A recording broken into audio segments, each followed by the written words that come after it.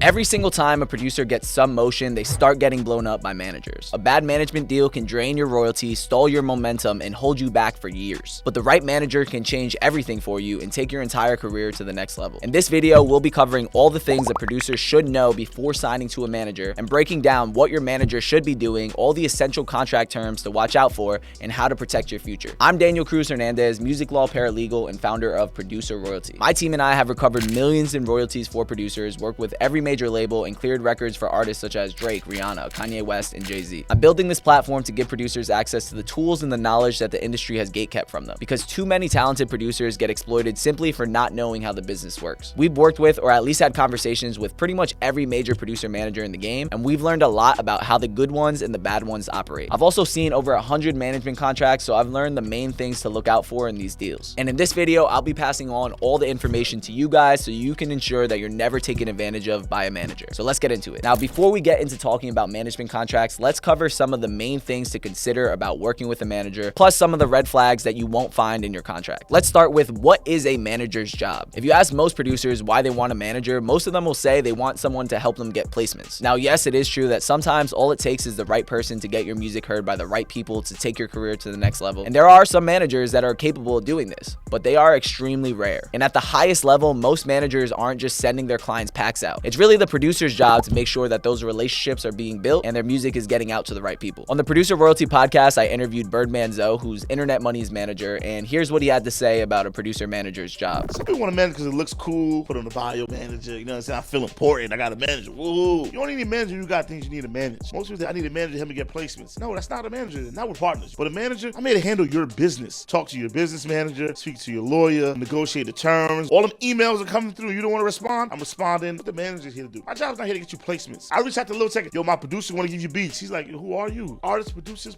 artists, you guys with that relationship. Go find an artist with no followers, with no fans. Then you're gonna have a long-lasting relationship. Taz didn't even need to get Tech the beats. Me and Giuseppe, his manager, we have our own relationship, and Taz and Tech have their own relationship. I'm not chasing placements for you because me and the artist are now building a relationship. It's not you now. But most producers are like, yeah, I want a manager, I need placements. You don't need me, bro. You need to get up out your ass and go reach out to some artists, build your relationship, and get your placements. Now, in this clip, Birdman keeps it really real because we've seen a ton of managers who make all these promises to producers about what they're able to do and how they can get their music out there, and almost none of them have actually had the impact on their client's career that they led the client to believe they would. And there are a lot of managers that have dozens and dozens of producers signed to them, and that's really how they get all these plaques. So even if they have amazing relationships with the people they're trying to get your music to, they can only send out so many packs at a time. And if you're just one of 50 producers they manage, what is the likelihood that your pack will actually be the one that gets on the album? So this is my suggestion. If you're looking for someone to help you get placements, you do not need to sign a management contract with them. In management contracts, they get a percentage of almost everything that you make from your entire career, which is something we'll talk about in more detail in a little bit. So rather than a management deal, you can just sign a commissions agreement with them where you give them a percentage of anything that they help you get placed, or maybe if they support you with the business side of that opportunity. For instance, if they get you a placement, maybe you can offer them 50% of whatever you make from that placement, whether that's your advance, your royalties, or your publishing, which is probably more than most of their clients are giving them, so that'll actually incentivize them to work harder for you than the other clients that they manage, without having any risk attached to that relationship. So if it isn't a manager's job to help you get placements, then what is their job? It is to manage whatever business you do already have coming in, and to ensure that your profits are maximized and protected. So what does it mean to manage your business? Well, some of the tasks can include negotiating your deals, communicating with artists, labels, and managers, ensuring all your royalties are being collected, working with your lawyer, maybe managing your finances, ensuring your publisher has what they need to collect your royalties, and ultimately just handling any business that comes in. And a good manager will have a lot of experience that can help guide your career in the right direction. That way you don't have to make all the same mistakes that everyone else makes on your journey. So now let's talk about some of the most important traits in a manager and some of the red flags. First, you want someone who is genuinely excited to be working with you and is responsive and available when you need them. Responsiveness might be the most important trait to consider in a manager. And it's safe to assume if they are not responsive before you sign with them, they will not be responsive after you sign. We see a lot of managers who are very enthusiastic for the first few days they're having a conversation with the producer, and then they disappear and hardly answer the phone. If the process of finalizing your agreement or relationship with the manager isn't smooth and isn't quick, in my opinion, that's a really bad sign. The music industry takes a lot of conversations and a lot of follow-ups to get things done, and the last thing you want is a manager that's slowing down every step of your process. Now, I know a lot of managers like to try to have this mysterious look or aura about them, especially online, and entice people with all these plaques and followers or whatever it may be. But if your manager manager never shows their face on Instagram or doesn't FaceTime you or isn't really outside, and that's probably one of the biggest red flags. Maybe they're just insecure, just don't want to show their face. I know a couple managers like that. But 80% of managers who don't show their face that we've encountered turned out to have something going on in the back end of their career that led to them not being able to execute or led to them being fraudulent or anything like that. Ideally, you see pictures of them actually outside in the scene with some notable people or showcasing some of their knowledge or experience in some way. So that's just something to think about, but not ultimately a determining factor of whether you should sign with them. So getting on FaceTime with your manager might be a simple thing, but it's something that statistically will increase your chances of having a good relationship with your manager. Now, before we get into the contract that you'll sign with them, here's a big suggestion that I have for you guys. I suggest interviewing your manager, because ultimately, whether you feel this way or not, they're supposed to be working for you. You are the CEO of your music career, and you must carefully vet everybody that you bring onto your team. With that being said, here's a list of some questions that you could consider asking a manager before you sign with them.